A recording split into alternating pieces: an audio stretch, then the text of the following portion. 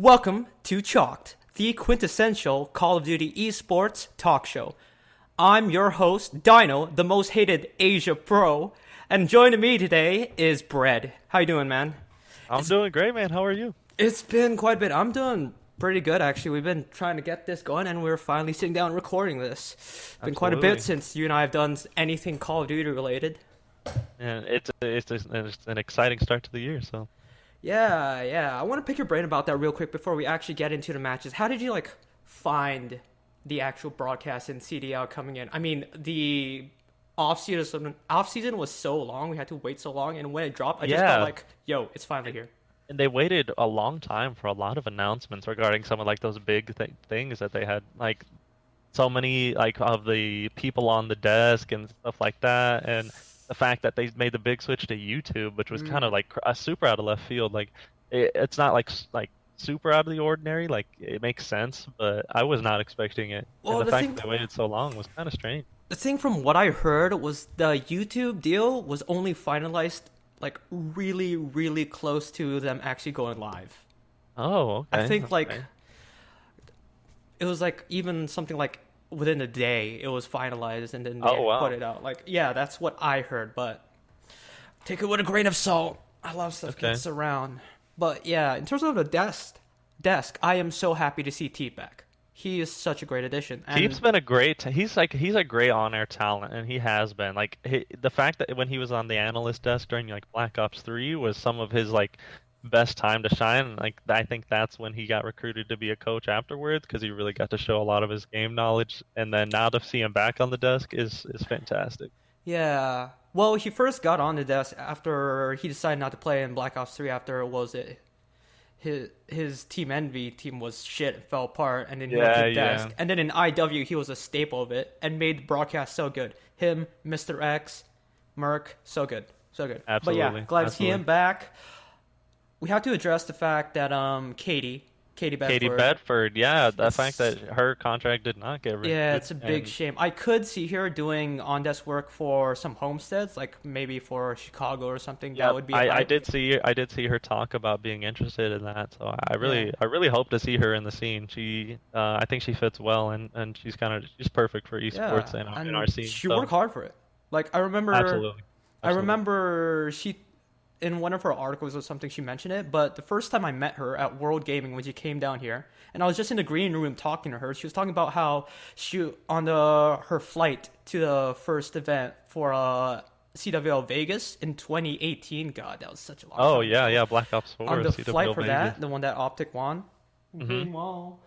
Anyway, the one that they won, she was telling me about how she had flashcards and stuff with players on stuff, which she was teaching herself on the flight. And she told me this anecdote about how she felt a little bit weird being on a flight, in a public flight with people walking by, and she just have pictures of a bunch of young guys that she's flipping through. Yeah, it's so funny. But that really just highlighted how much work she actually put, and she massively improved over time. Oh, dude, her change from when she first started hosting to even the mid-season playoffs and all that type of stuff was massive. It's insane. And even think that how she's doubled down this year, which is why I was extra surprised to not see her a part of the desk. It's a shame. She's even streaming COD and stuff. Yeah, like exactly. That now. Honestly. But at the same time, we can't disregard the fact that Lottie, the new desk host, did fantastic.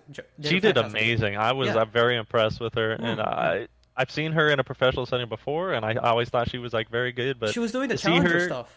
Yeah, and but to see her on the as the main face of the COD League desk and really running it on, especially with a brand new production team, it seemed seamless, and it seemed like she knew what she was doing. Yeah, well, she definitely knows what she's doing. The desk seems a lot better. Here's my theory, though, why a lot of other people didn't get callbacks or something like Study, like Katie. It's down to the fact that a lot of the moves Activision Blizzard has been making is to basically downsize and make their kind of resources compressed. You know what I mean? Yep. Yeah, that's the vibe I'm getting as well. Yeah, and it's you can see it in everything they're doing right now. They're I don't know. That's just the same vibe that I'm getting as well. Yeah, I definitely noticed that a little. broadcast stuff. I mean, a lot of stuff is self-explanatory, like that first day with the third-person view, overhead Yeah, match, free cam, that stuff. we could go a whole section We into could go into it, but there's not the much to say that what podcasting, other people has already said. It's just the situation as it seems from like other casters talking it from different podcasts. I agree. It seems the narrative there was that it's not just Paradox doing the podcasting anymore. It's a team, and someone else above most people's pay grade were saying, okay, we need to try use this more. Yeah. We need to try use this more. And then they realized, like Maven said, that that was not a good idea.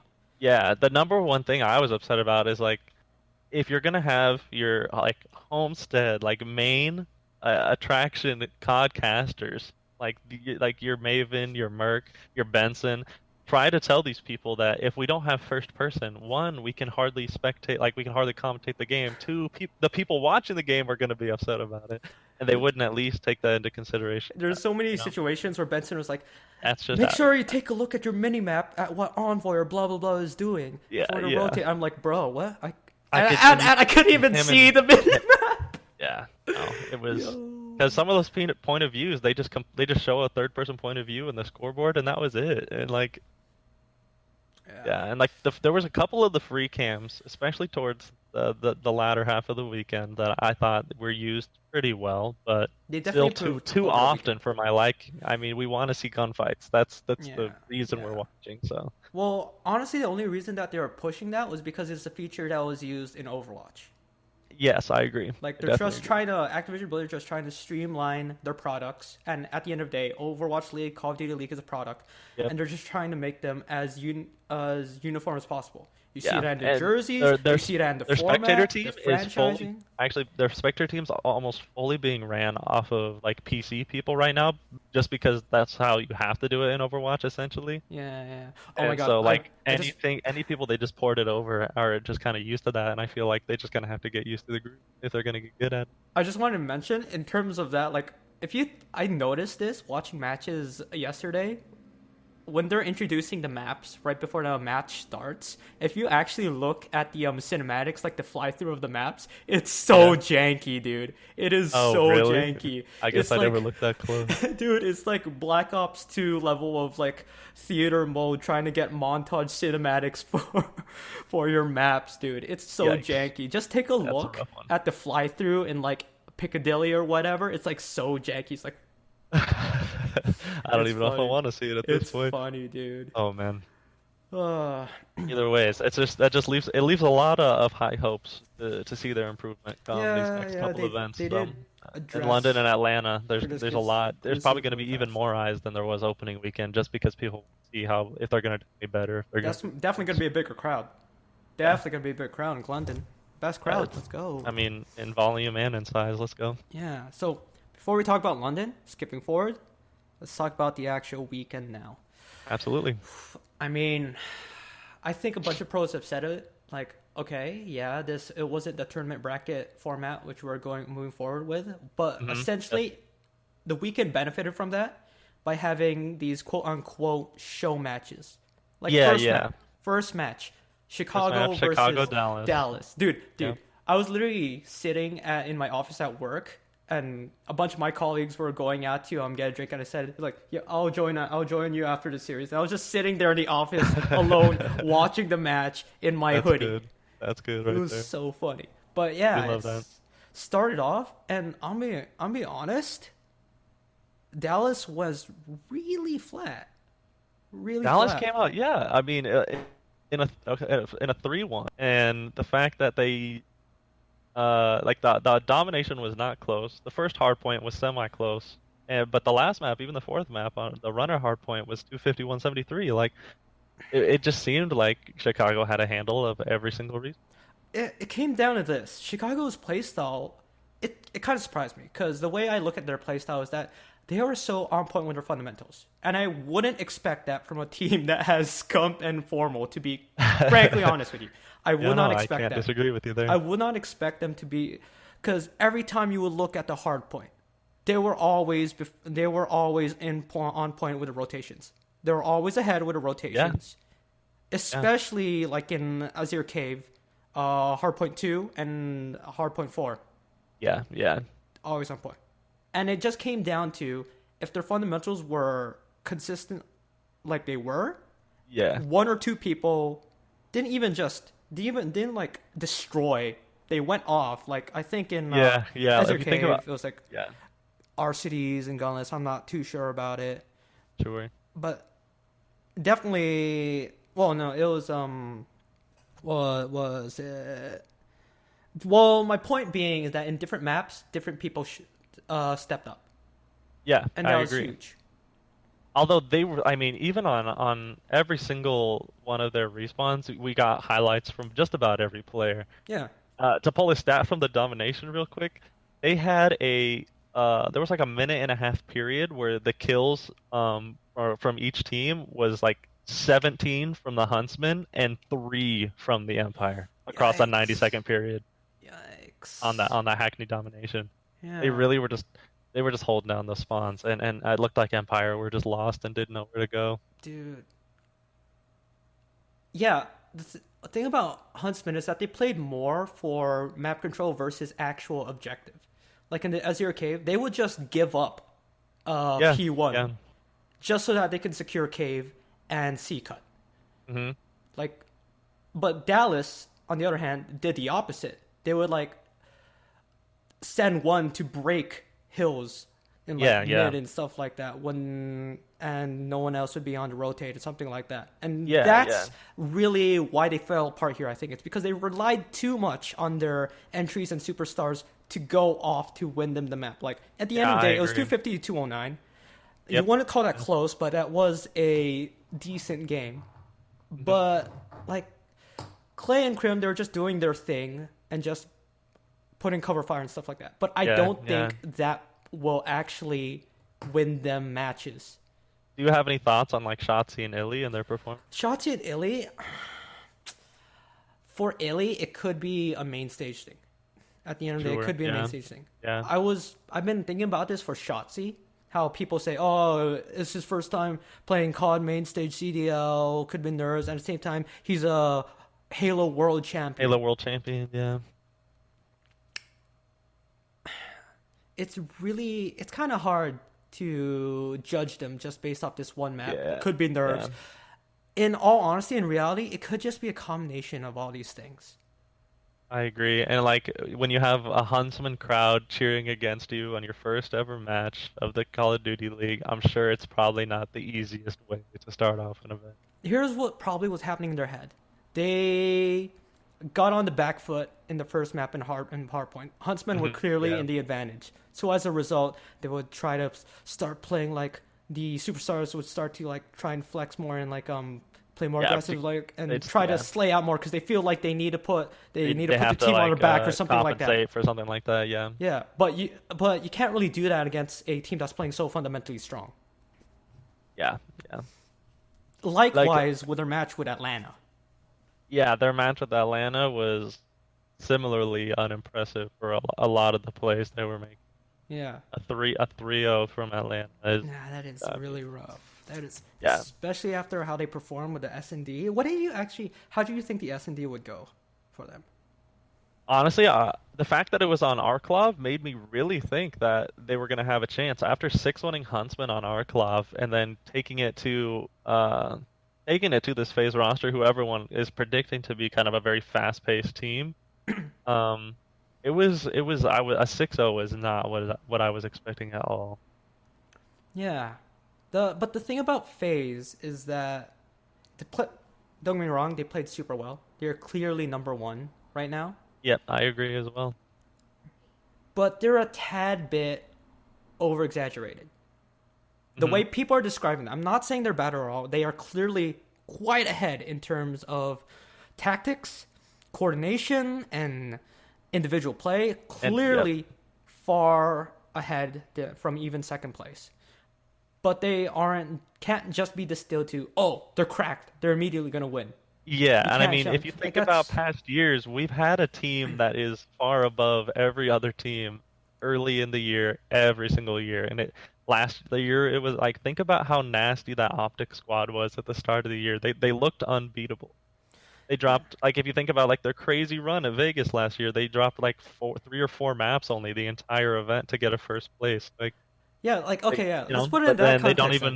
even, they don't even perform That's very a well good for the context rest to of the put them year. in. So. Think about the Optic Dynasty team in their Jetpack era in their respective times. Like in AW, they're dominant. Black Ops Mhm. 3 at one point they're dominant, and Dominant, yeah, IW at the end they're dominant. Think about their yeah, dominant points. When you go into respawns against them, it's like for the enemy team, it's like hitting your head against the wall. It's like just constant team wipes, team wipes, team wipes when you're fixing yep, against that team. With this Atlanta phase, it's not exactly that. You know what I mean? It's not like you're getting constantly wiped and they just have constant map pressure on you. yeah, yeah. I They're suppose that's just true. constantly individually winning gunfights as well as doing that Yep. at points. But there are still points where you can still get an advantage over them. Like there is a one point when they're when they're playing in a hard point where you can just win off the map control and rotations, especially in a map like St. Petrograd, where Yeah, if you like hold right side of the map the whole time, you're gonna get like 60% of the hard points yeah, because the yeah. team's gonna be stuck spawning on that stupid left side with the courtyard. Yep. Yeah. I mean, if you think about a team like Atlanta that's going to be able to really punish you for overextending and like really trying to get too eager to chow them over and over again, like it's early in the game like this when strats aren't refined and like there's still a lot of game knowledge that people aren't like really in sync with yet, like some of like the rotations and respawns and things like that. Like we can talk about spawns all day every day on this game, but the fact that you really just can't afford to let a team like FaZe just outslay you, because if you do, you will likely lose the game. And I feel like at this point in the game, teams really think that they just have to run around and kill people Hmm. when, at the same time, the game hasn't changed that much just because spawns are bad or the maps are really big. The Like, thing is also is that Atlanta FaZe isn't actually running around killing people. They're doing it so calculated. Like if you actually watch them, hmm, like for example, one guy's holding in Gunrunner top stacks, right? He's okay, not just sliding to one area and then like pre-firing, getting a kill there. No, he's going back and forth instead of holding like a peak or an angle or something yeah, like that. yeah, Or he's not like snapping or whatever. He's constantly moving. It's what I call this like mobile patrolling. sure, yeah. It's And basically like a zone defense in like a yeah, traditional basketball where yeah, it's like every area of the map is gonna have some coverage at any given time. yeah. But then each player in phase, when they're having this area in the map, they're also having this like 5 meter radius of where they patrol and go back and forth, Yeah, back yeah, and forth, yeah. back and forth. And they're just, it's their movement really helping this playstyle, which lets them control so much. Now, I want to highlight another team that also kind of does this sort of thing that I find, but less mobile. They're aggressive and they move up to get map control and like different areas of the map controlled by an individual person. A team that does this is actually Paris Legion. Yeah, Like you Paris have Legion Luca and you have like Zed and Kismet. If you and watch their gun Kismet. runners, they're like just constantly either in alleyway, either in bathroom and like window building. They're just constantly patrolling that area, but they're not as mobile. A lot of times they're just like crouching or proning in a corner or something like that, and it's Yeah, really yeah, funny. yeah. I agree. Paris was like one of the 4 teams to not lose a dom this weekend, Yeah. and both of their doms they won by well over 20 points. So I think they're definitely one of the teams that has their strategy set, and they're keeping their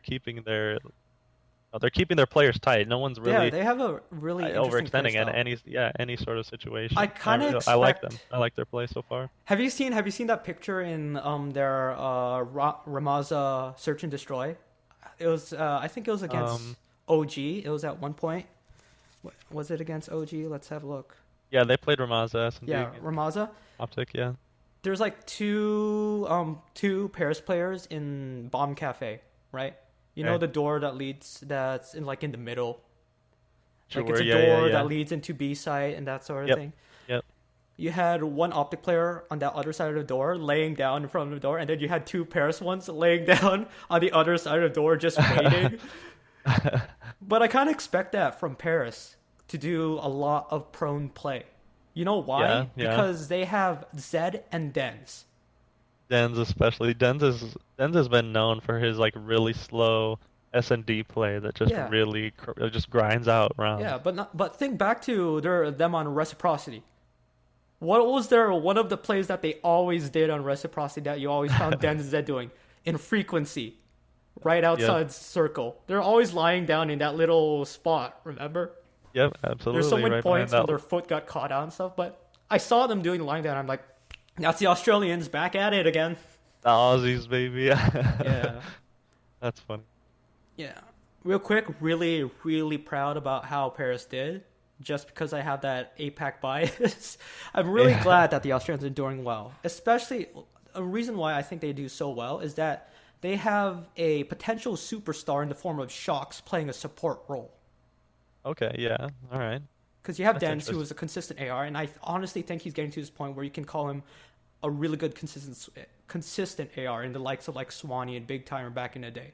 He's just you can rely on that. It's not your superstar like Octane or whatever, or Formal, but he will do his job. Yeah. You have Luca, Kismet, and Zed, who are absolute maniacs. Yeah, sure.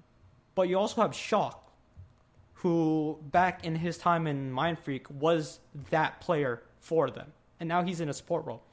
And that's why he's always getting crucial 2 pieces to clean up Dom points, and they're always getting control. Stuff like that. That's why Paris did so well in my opinion, is that they have such an oddly good composition of players. I really like their team thus far. I think they're very good. Yeah.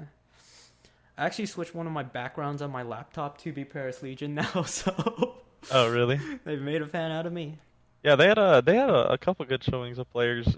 Dens was in the top 10 for top KDs. He had a 1.18 across both of his matches. Yeah, so Dens did surprisingly definitely impressive to see. And Kismet went positive across all 3 game modes as well. Especially in domination, he ended with a 1.25, which is kind of insane compared to a lot of these other players. So, what did you think of Luca? I thought Luca's play was really good. Like the way he played his role. I thought was very smart and very calculated, which was very impressive to me. Mm-hmm. It's funny because a lot of people, when they think of the rookies this year, they think of Illy and Shotzi, but they forget the fact that technically Cammy and Luca are also rookies this year. Yeah, technically. And those 2 did better on their showing for the Pro League. Yeah, we could call them rookies. We got 4 rookies. I could talk about it. I think Cammy probably had the best rookie showing, at least for me personally. I thought his S&D play was fantastic. He looked like he had been playing on that stage for his whole life. Yeah, I was going to say, Cammy looks like he's so comfortable up there. Yeah, honestly. And it's so surprising considering the fact that I believe it was his first champs last year, if I'm not mistaken. And he's from Denmark, which like I don't know how many lands you get there, how many locals you get there, but I'm going to guess not a lot. Yeah, but probably. A lot of respect to him for showing up that way and becoming like the first like wild card region basically to that he's representing. Yeah, definitely. Goes to show how Denmark's the pinnacle of esports. Let's go Australis. It truly is, baby. The Danes. They're just bred for success. What else can we say? All right. Do you want to go back and talk more about Atlanta? Do you had any points you wanted to bring up about them? Because I think we already sort of broke down their play. Anything interesting that you saw about them? Yeah, other than Atlanta's just like dominant performance, the Simp ends with a 1.57 KD on the weekend, which is just absolutely ridiculous. Zelium has a 1.33 as well. That's second and third of the top 5 KDs on the weekend, which is insane. 12-0 in S&D on rounds is unmatched at this point, and I definitely think people need to be like watch their VODs and learn what they're doing. Just to be ready. Maybe not copy them, but just to be ready for them. Yeah, of course. I mean, the casters mentioned it on the desk. Like each of these players at one point in their lives have been S&D stars. Mm-hmm. That coupled with Coach Crowder, like that's you really are gonna have to look at how they play, look at their tendencies, and actually try to count. You need teams going into a match against them in S&D need to actively think about countering them versus just playing their own strategy and stuff. But even aside from that, 12-0 in S&D is insane, but they also went undefeated in their hard points, which is also kind of crazy. They go 3-0 and 3 hard points, which is, I mean, what you would expect, but the only other team to do that this weekend was also the Huntsmen. So obviously there's a lot of teams struggling in hard points. Obviously, yeah. Well, there's still a lot that needs to be fixed with hardpoint as well, come down to especially the spawns. Yeah, hardpoint, and then the really fast change on domination right before the event with that update that was that weekend. I'm sure a lot of teams were not happy with that. Well, a lot of teams can say that, but at the same time, a lot of teams still played it. A lot of teams were still successful on it. It's just, I know there was a couple people, like a couple pros talking on Twitter about how like there was just changes that they weren't ready for. You know? Of course. They can't completely base their performance on those changes, though. Now that they have more reps, there is a way that it affects it, but it isn't the main factor. I agree. Now we've been talking about teams that did well. I want to get into one of my major disappointments, which is the Seattle Surge. The Dad Squad really disappointed me this time around. The Seattle Dads with a very, very just not flattering performance on the weekend. Like, I mean, 0-2. Was anybody expecting them to go 0-2? No, I think everybody expected them to at least go 1-1. Like, that's kind of crazy to me. The fact that they lose in both game 5s as well. They lost to Florida in a game 5, and they lost to Toronto in a game 5. They're gonna be that team that's always okay. This is what's gonna happen. They're going to be a nasty respawn, as we can see. But like people have been saying, they're going to be horrible in S&D, and it's always going to come down. They're going to be like Dynasty Optic in Black Ops 3. Wonderful in respawn, hopeless. But it's like they didn't even do well in the respawns. They're winning them, but at the same time, they're only winning 2 out of the 3 on each one because they just didn't win a single search and destroy. The fact that is something they're definitely have to work on. But like the Petra hardpoint and against Florida, they only win by 198, and then they win the domination 188-184. It came down to like the last 25 seconds of gameplay that they barely won that, or else they would have gotten 3-1 against Florida. I think it comes down. And then if we go to Toronto, they won 250-240 in the hardpoint, and then 189-166 in the domination. Like they're barely itching by. They are barely itching by. I think it comes down to their fundamental playstyle, like because everyone on that squad is nasty. You got people with 2 rings, 3 rings. You got Octane on there, and then you got Enable, who's been to back-to-back finals of champs, and then you got Slacked, which, no disrespect, Slacked is a great player. He's gonna become. He is literally gonna become one of the greatest support players in the history of Call of Duty. I'm gonna be honest. I agree. He's already. I feel like he gets so much flack from his kind of the last year performance, but that definitely should not be on his shoulders. That LG roster last year, people need to get out of their minds. There were some times though in the mid season and late season where he was their best player in certain maps. It's true. Mention he was the best player during their league matches. Like. It was only like the early season where he was just whiffing grab spikes and slack slams. But at the end, he was great. Sure. Yeah, I agree. But anyway, I was saying it comes down to their playstyle. I feel like they play a very, very classic playstyle of Call of Duty. Now, the reason why I say this, and what I mean by classic playstyle, is that they have their main AR in Octane, who's just holding down being a turret, right? He's just doing whatever. But then you have two support players in Enable and Slacked who are always trying to pick up, do the dirty work. They're going to rotate early and stuff. Sometimes they're even rotating alone, like 30 seconds ahead, stuff like that. But then you have 2 players in Apathy and Karma who are playing a very pubby style. Like if you watch how Apathy play, they play so far apart. They're fragging out, yeah. They're fragging out, yes, but it's a 50-50 coin flip whether they're fragging out will have an impact or whether they're just gonna die They're and just lose control of an getting entire kills map. and spawns aren't even in Right? their favor yet or anything like that. Yeah. Like the reason why like it works with something like Atlanta or like Chicago or something like that is because even though you got like a simp like going off or whatever, he's not going all the way to like the other side of the map to try and frag out or whatever, or trying to do this weird flank or whatever. He's staying Yeah. at least relatively close so that you can get a trade. It's this super classic style of Call of Duty, which you see with like Black and Black Ops 2, where you can have one guy just wrecking. I think about that clip of Aches or Scump in Raid on Fountain Hill, where they're Yeah, just absolutely. Wrecking everybody. Absolutely. Yeah, They're just running he's from getting their spawn to the other kills, spawn, cross just pushing map them kills further, with a further back. Scorpion. Yeah. They're trying to do that playstyle in an era which you can't do that anymore. You honestly need to play it. Does not work. Yeah, you need to play it with a Black Ops 4 team shooting playstyle. Yeah. Like, you can see it in their S&D, right? They're so split apart, and apathy for some reason, like even if they're pushed up all the way to like A, apathy is just in green. Yeah. Trying to like pop heads and stuff, that's not gonna work. That is not gonna work these days. And I'm sure you know, like the only times they actually want search rounds is when they just full hit. I think what they need to do is just adopt the IW game style in S&D for now while they're working out the kinks, where they just 5-man full hit something because they have the gun skill. They have the gun skill there to trade out. Do.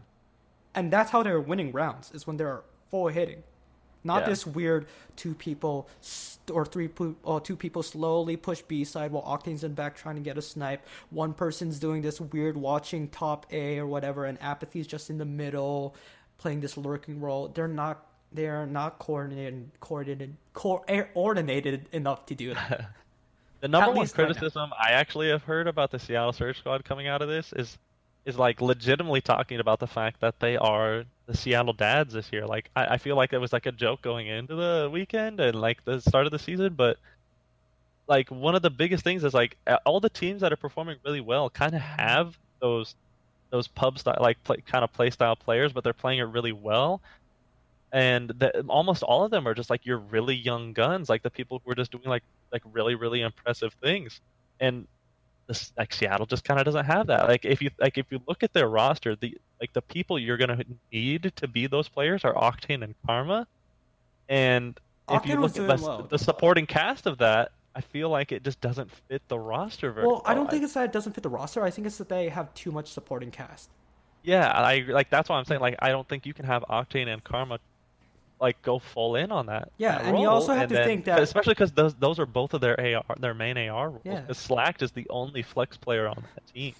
Yeah, so like the thing about Karma also is that people are saying, oh, let's see if he can get back to his slaying ways, blah blah blah, all that stuff. You have to remember that even when he was slaying, and in the past few years, he's always had this very unorthodox playstyle. That's what made him so good, right? Absolutely. You don't want him as your entry. No one will be able to keep up with the things that he does and know what's going on. Even back in Black Ops 2, he wasn't their entry. It was Miracles, wasn't it? Absolutely, yeah. No, Miracles was the entry through all the way through. In Ghost, it was like, well, Ghost is a different thing altogether since you can just fucking run at people with vectors. But my point stands. My point stands that you can't have Karma doing the bulk of the breaking and entering work. And then you just have Apathy, who's just a lurk or whatever. He doesn't really... Yeah. Again, I really would love to see Apathy try to be more of an entry-type player on their... Honestly, I think what would have worked is that just in someone's place, in like Enabled, Slacked, or Apathy, in whoever's place, you have John in there. Yeah, and that really probably would have been the case if not for stuff that happened, which the community doesn't know about. Yeah, rip John. We'll see him next year. Well, yeah, we'll see him next year. He's probably still gonna be, because he was on Luminosity for like so long. He's probably still connected to them. Whatever. We're probably gonna see him on Seattle next year, and they're probably gonna do better next year. Who knows? But it's really disappointing. There are tiny moments where you saw like Karma get a 3-piece like 2 times in a row, and just thinking, shit, they could be so good. Yeah. But unfortunately, he got no one to back it up except for Octane. Yeah. But Octane can't really do that because, like, what are his hill stats? I'm guessing it's normal Octane turret hill stats, where he's getting high kills, low deaths, or high KD, low deaths, a lot of hill time. Yeah, I agree. That's not entering. That's not pushing out, rotating, overextended map control. While we're on the topic of some of these underperforming teams, like the bottom 4 teams right now are not what I would have expected whatsoever. Oh yeah. You wanna let's quickly just go through them because we could go and break down why they're wrong, but at the end of the day, it's just like fundamental stuff like that. And in order of 9th through 12th right here is the Surge are in 9th. All 4 of these teams have an 0-2 match count, and the Surge are in 9th place with a 4-6 map count. Optic are in 10th place with a 2-6 map count. Dude, just real quick, it was so cathartic watching Huntsman slap Optic. I can be honest. I was like slap Optic was cathartic too. Yeah. I was just cheering. The amount of trash talk they're spitting. Bro, I was like, sad in the middle of my room. I get like that's the plate they were given, and they kind of just have to do it with what they can. I do love the fact that they're owning up to it. How they talking about. I think I heard it on like hard points or whatever, that they literally call themselves in their group chat fake Optic. That shit. Yeah, that's funny. Wow. That's funny. But either way, and then tied for last place is the Empire and the Subliners, both with a 1-6 map count on the weekend. And to be fair, the Empire had a little bit of harder matchups than the Subliners, but still not what you want to see out of either Again, team. You see all these power rankings coming out where they're putting them like bottom 9. No, you need to keep them at least top 5. In all honesty, Dallas Empire. Look, Dallas Empire are going to show up. They had probably they played the hardest team. You can't just play the FaZe and the Hunts. They're gonna smack other teams. They're gonna smack other teams. Yeah. But yeah, Seattle Surge 9th, Optic 10th, Dallas 11th, New York. Oh, Jesus, that was just sad. Yeah, New York. It was a really upsetting thing to see, and you could tell that. For the Subliners, my only real comment for them is that like the practice is, it kind of shows for them. I have not seen much of their practice. I just feel like they haven't. Probably is not that well because they're not doing enough to say the least. I feel like they just haven't found their identity yet. And that comes in with like practice and stuff and all that. But it also comes down to like, okay, who's gonna be your star player and stuff like that. Who's gonna like what's Zoom gonna do? What's Attach gonna do?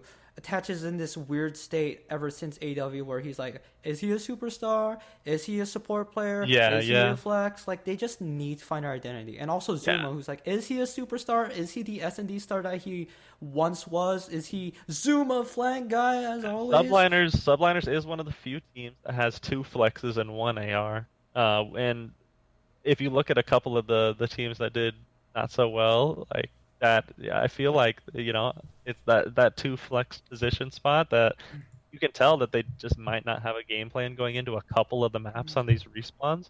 I feel like they just need to put more time into the game. That's all I really feel about it. Like on paper, New York Subliners does have good, I think at this point in time, underrated firepower on it. It is stacked with firepower. Maybe there haven't been like monster top 10 players in the past few years, but they're still dangerous to play against. It's just not clicking right now. But talking about teams that on paper have firepower, whatever, let's talk about Toronto Ultra with their 10-man squad. 10-man squad. These guys have been probably getting the lip on Twitter and other places about this 10-man roster. The way I look at it at this point is that it's basically just Looney's playground. When I was talking to the Toronto guys at Red Bull Adrenaline, that was back in December when I was interviewing them, a lot of things they're saying about the philosophy behind their 10-man roster was the fact that, they just need these additional people to just help them in terms of like spots they can play, game knowledge, map knowledge, that stuff. Yeah, okay. And so I feel like a lot of that stuff is definitely helpful. It's definitely helpful, but I feel like, I think I mentioned this before, I feel like this team is kind of like a Call of Duty version of Mouse Sports, which you have a really, really good IGL and sometimes frags out in Looney. Looney is literally like the Kerrigan of Call of Duty, where he can take individual pieces, right? You look at these individual pieces, and when you add them together, you don't see that much of a sum. Yeah. The parts are bigger than their sum. But Looney manages to put it together and make it actually cohesive. Like in their S&Ds and hardport rotations and shit, they're like together or trading. People are going like duos, trios when they're overextended. It makes their firepower look much stronger than what it was on paper, and it's really impressive to see. Like I think that the skill ceiling for this team is high, and I think if they push. And I do think that great coordination comes down to the fact that a lot of these people that he has are people who listen to him. Like who on there would have like an actual legitimate ego? You got Classic, who's been mollywopped the past years and been berated ever since like IW. He's gonna listen to Luna, of course. You got Zinni, Metals, who will listen. You got Metals. You got Lucky, two Spanish players who will definitely listen. Have the chance to play with a. If you think about about Metals and Lucky last year, like almost everyone's favorite thing about them was the fact that how hard and dedicated they were to just playing and getting better. Like, if they're gonna have like someone to look up to, like Looney on their squad at the same time, like I have no doubt that they will respect are gonna get really good this year, really fast. They'll respect his opinion and his voice. You have Methods, who's really consistent. And Methods can kind of be like the second in command on that team. Like, and from what I hear, he actually player. is. Yeah, being such a historic player and having a really good weekend, I really feel like he should and could be the player that the only three players who could command that respect on the team right now would be Methods, Looney, and Classic. And Classic is just chill as fuck. I'm pretty sure he doesn't like give any fucks. He'll just follow or probably. But Classic played fairly well this weekend. He did do pretty well from what I can see, especially compared to the past 2 years. What was really impressive for me was his search and destroy performance. He had one of the best first blood percentages out of every single player that weekend, and with a 1.55 KD in search, the best on his team and one of the best from the weekend. Having to go they played 3 or 4 searches, so it was impressive. Yeah, definitely. But yeah, like they got a lot of hungry players on the team. You got the 2 Spanish. They've got Cammy. They've got Brack. I'm actually surprised that they didn't use Brack this time around, but they also have Bance. I forgot about Bance. Nice. They do have Bance. Yeah, Bance is. But again, Bance is kind of in that situation. Bance is kind of like a EU classic where he's performed so poorly the past few years that a lot of people underrate him, but he will. He's been humbled by that and is going to listen to Looney. Yeah. And who else? They have I'm pretty sure I'm missing someone else. They have Mayhem.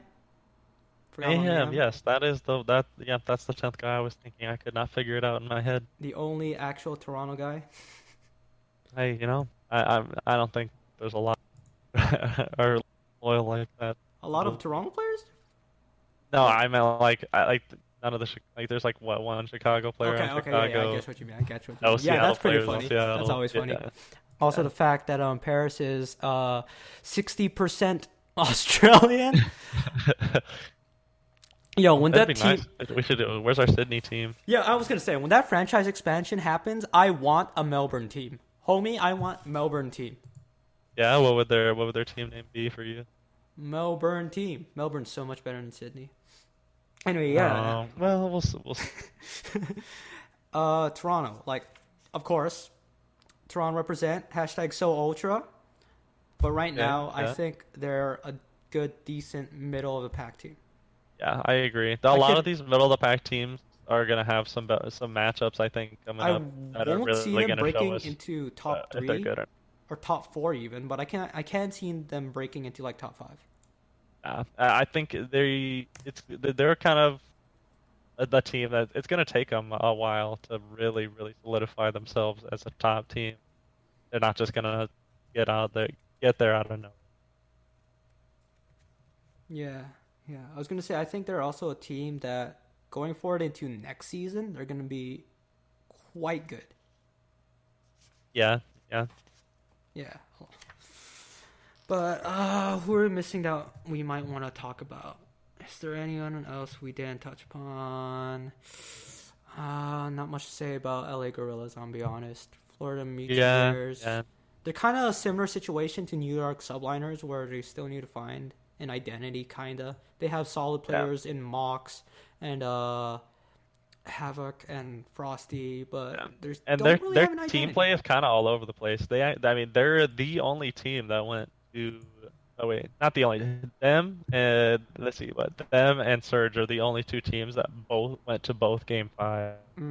They're kind of just lucky that they won, especially because they won around 11 S&D in their second. To be fair, it is from what I hear, it is Pristina's first time IGLing a team. So interesting decision.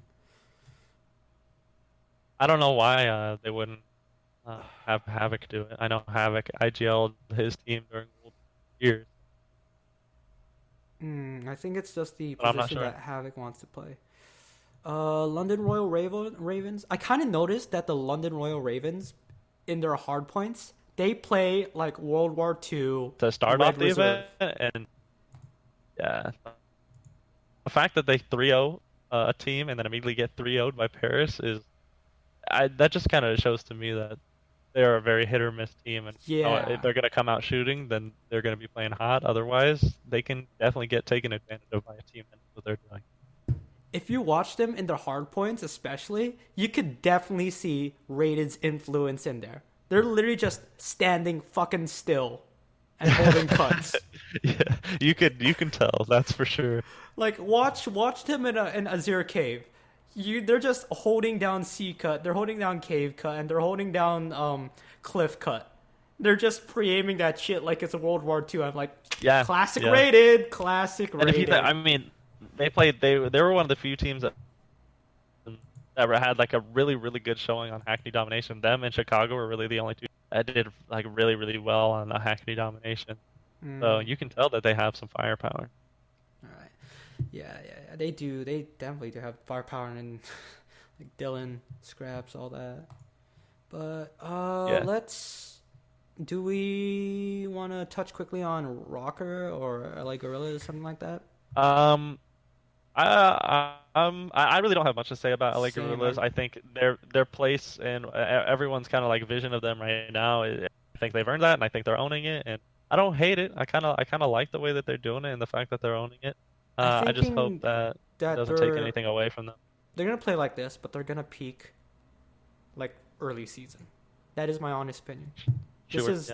They came out with the best that they got, but that is gonna be the best that they got. Yeah. And then the Rocker. Surprisingly, pretty good. The fact that a 2-0 from the Rocker is definitely better than I expected out of them, and the fact that they only dropped 2 maps is really impressive. Like I mean, technically they dropped 3, but I like this idea that Silly is gonna become this like basically second version of Aches, where look, you think of Silly, you don't think of him as superstar or whatever. You think of him as just a decent player. He can pop off whatever. And he's IGLing. Yep. But I feel like his time with Aches has converted him into this. Okay, he's basically gonna become a GOAT IGL as well. Yeah. He's got a good head for it. But the one thing on the Rocker team that I am worried for right now is Asim. I don't think he performed very well this weekend, and I definitely think he's gonna have a lot to show for, or that team might have some troubles because the fact that I think GodRx and Assault did fantastic. That was the main showing that really impressed me. But I think Alex did really well. Asim, his playstyle is just strange with that team. It's so fast and it's out of pace. And also, I think an issue that I think will happen is that Assault is historically not a consistent player. It's true. It's very true. I like to compare Assault to basically Skadoodle from the Boston Major, where most times he's gonna be quite dog shit, but then there's gonna be times where he's gonna pop off, and you saw that in World War II. Assault has it in him. Like if you think, not to mention like Black Ops 3, he was on that cloud. He was on the Cloud9 team that knocked out Optic. Yeah, that too. But he fucking won MVP and it just dipped. He's literally the Skadoodle of our scene. That's really funny. Yeah, I was thinking about that. But yeah, that's all the teams. We can talk about London coming up this week. Absolutely. So, the teams we're going to see there this weekend, we have our Group A, which is the Huntsmen, the Dallas Empire, the LA Guerrillas, the Seattle Surge. And Group B is London Royal Raven, Subliner, Paris Legion, Toronto Ultra. Yeah, that's a stacked Group A. Group A is looking pretty hot. The first match from Group A is going to be Dallas Empire versus Seattle Surge. Do you have any thoughts on that? Well, I don't think Seattle is going to fix their fundamental issues in the span of 2 weeks. So I'm going to go with Dallas taking that. I'm going to go with Dallas as well. I think Dallas could... the hard point, I think it's going to be a fun match to watch. I would find it hard to believe that Dallas does not win one or both of the S&Ds if it comes down to it. So let's just hope that Seattle doesn't push it to a Game 5. They're going to probably lose. All right. Well, this is where it gets interesting in my opinion. This next map is going to be kind of big. And I'll tell you why. Okay. It's because it's Chicago versus LA Guerrillas. On paper, you go like, Chicago's taking that. But I think the more important storyline here to look is Patrick X Price Kryptonite to? Like, is he really the Optic Slayer, or was he is he the Scump Formal Slayer? Was he Scump's Kryptonite or Crim's Kryptonite? This will determine it. This really will determine it. And but at the same time, if you think about Arcities and Gunless have a pretty good track record against Aches and his squads normally. Dude, but Scump doesn't, so I don't know what is gonna really be pulling through. The thing is, that's when Scump's with Crim, and this whole time that this narrative of Aches' Optics Kryptonite, it's when Crim and Scump have been together. So what I'm curious about is whether it's Crim that was the problem, quote unquote, or Scump who gets fucked over by Aches. I know they're both not fans of him. I know. Scump's gonna have something to prove, and Patty P's gonna have something to prove going into that match. Oh, of course. Yeah, let's talk about this Group B match because I'm actually really excited about this one. Oh yeah. Paris Legion versus New York Subliner. I've got Paris going through straight. After the weekend they had, all eyes are on Paris to 3-0 or 3-1 Subliners, especially after that. But the Subliners have the most to prove. Yeah, in all honesty, though, I still think Paris are gonna take round 1, but I do think their matches are gonna be a lot closer. Okay, yeah, I agree. I really hope Subliners come out with a bang, but the fact that it's Paris in a home crowd really makes me want to give them the advantage on that one. It's London's home crowd, isn't it? Yeah, but there's a couple, you mean EU home crowd? Technically, yeah. I mean, there's the EU players on that team. True. Well, there's Kismet's gonna be getting some love. All right, but the other match on Group B is London Royal Ravens versus Toronto Ultra. I'd find it hard to believe that Ultra is going to be able to keep up with the Twins' slaying power. You think? I don't know. I think the Ravens win that 3-0. To be honest, that's my guess. Here, I'm going to put it this way though. Yes, they do seem outmatched in terms of firepower. But again, like I said, everything that I talked about with the individual parts and Looney making look good. Cammy is fucking great. Cammy's fantastic. Brack, if he's put on, can be great. Yep. What was it? Metals or Lucky or they're both the fantastic players. You got to think of it, and I think this team needs to think of it this way as well. I think their S&D is going to be strong. I think they can. I think that as well. So it just comes down to taking one respawn. And they've shown. I mean, they went undefeated in domination in Minnesota. So who knows? Actually. So honestly, in my opinion, and this really isn't me being a Toronto boy, I do think that they're going to make it to round two. Okay. I mean, I would love to see that. I definitely think Toronto Ultra is underrated, and I think that they have probably the most potential out of all of the teams that are in like that mid gap, to break into the top four, top five type of team. So I want them to win, but I would find it hard to believe that you don't have some of those London kids come out and just really show up for their home crowd. All right, let's get into the spicy part, the finals. Finals Sunday. Ooh. What do you got? So let's say, because I do feel, well, it's gonna be the case where, wait, how's this gonna work though? Group A is gonna be seeded, not against basically seed 1 of Group A is gonna go against C2 of Group B, right? We can assume that. Is that in the rules or something? I'm actually not 100%. Like if we're thinking that in Group A it's going to be Dallas and Chicago coming out, they're not going to match each other in the semifinals, are they? That would be strange. I would not expect that. Really, but that shouldn't be the format. Usually it'd be seed 1 against Group A seed 1 against Group 2 seed 2, and then Group B seed 1 against Group A seed 2. Well, yeah, because there's on Sunday there is a Group B match and a Group A match. Yeah. So I'm not sure exactly, and then we get to our finals bracket, like type of situation. I don't want to be the cliche, but I do think Dallas, Chicago are going to be in the final. Okay. If it's the case where they're not matching up in semifinals, which I don't think that they're going to be. I think honestly, if anyone's gonna have a chance to really bring it, that isn't like those two teams, I would love to see a Chicago Paris.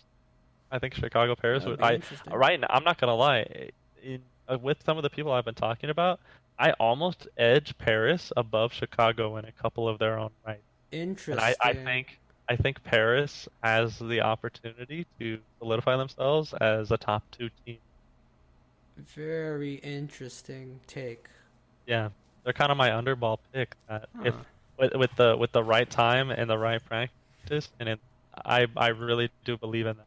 Sure. I could see that. I can believe in that, but it's the fact that it's like the second week. Exactly. Just for me. The first week they were insane. They went 2-0.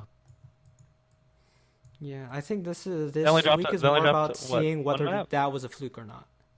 Yeah, and I know that's kind of what that's the main thing that we want to see. But from what I have like seen and really like looked into for them, I think they have it. I think on this early portion of the game, they could definitely sneak into a finals and show up. Yeah, I could see that. That would be definitely interesting. And imagine the hype they'll get when they actually play in Paris. God damn. And just think about them in like a losers finals, just destroying Empire and riding that wave into the finals. I really believe in that squad. It's interesting. You know what? Let's go. Let's go with that. Chicago Dallas for the final, or Paris Chicago for the final. That would be super interesting to see. But I guess that's all that we have for today in terms of a Call of Duty. Now, this has been the first pilot episode. This has been pretty fun, even though we've taken like quite some bit to get this going. Yeah, we definitely rambled a little bit when we actually got started, and we're definitely about a week behind on a couple of these matches and really getting our thoughts out there. But as more matches start coming in, I think everyone can expect to see these as often as you possibly. Yeah. We're gonna try doing this a bit more consistently. Well, less consistently, more so. Well, of course, consistently, but more so on time. Yeah. We're trying to get hopefully on a routine schedule for this, so you can be a little more expectations of us. I think it's still fine. Like the second week hasn't happened. It's a good like filler going into the next week. But yeah, I mean, of course, this is the first time doing thing. If any of you viewers have comments or whatever, how we can improve the show, whatever, anything we could do, just hit us up. We're always free to talk. DMs are open. Absolutely. Mention us on Twitter, talk to us, give us your thoughts. We'd love to hear those too. I mean, we're here on the internet to talk about Call of Duty. We're letting you know our thoughts, so go ahead and Yeah, give us yours, and yeah, love yeah, to. yeah. So yeah, let's go into speaking about Twitch. My Twitch is Dino, not Dino, and I'm not as His active Twitter on actually? Twitch, but That's his Twitter actually? yeah, that's my Twitter. And I'm youtube.com/Dino Neo. You're probably watching that on here right now. And twitch.tv/Dino Neo. If you do want to see some quality memes, or they're not really memes, you want to see some good photo content, go to my Instagram, Dino, not Dino. I definitely recommend his Instagram. Out of any of those, go check out his Instagram. This man is a king. He is a king. How about you, Brad? Where can I find you? You can find me on Twitter at Drew_bread. I'm on there all the time, so I'd love to, you can tweet at me and I'll Oh, tweet he's back at you. definitely. Tweet That's him at definitely 3 for a.m. sure. He'll answer. I'm on Twitch kind of regularly at twitch.tv/DrewBread. My YouTube is it's not very beautiful out there, so I'm not going to go ahead and give you any of that, but go ahead and hit me up on Twitter, Twitch, anything like that, and I'll definitely be able to hit you back.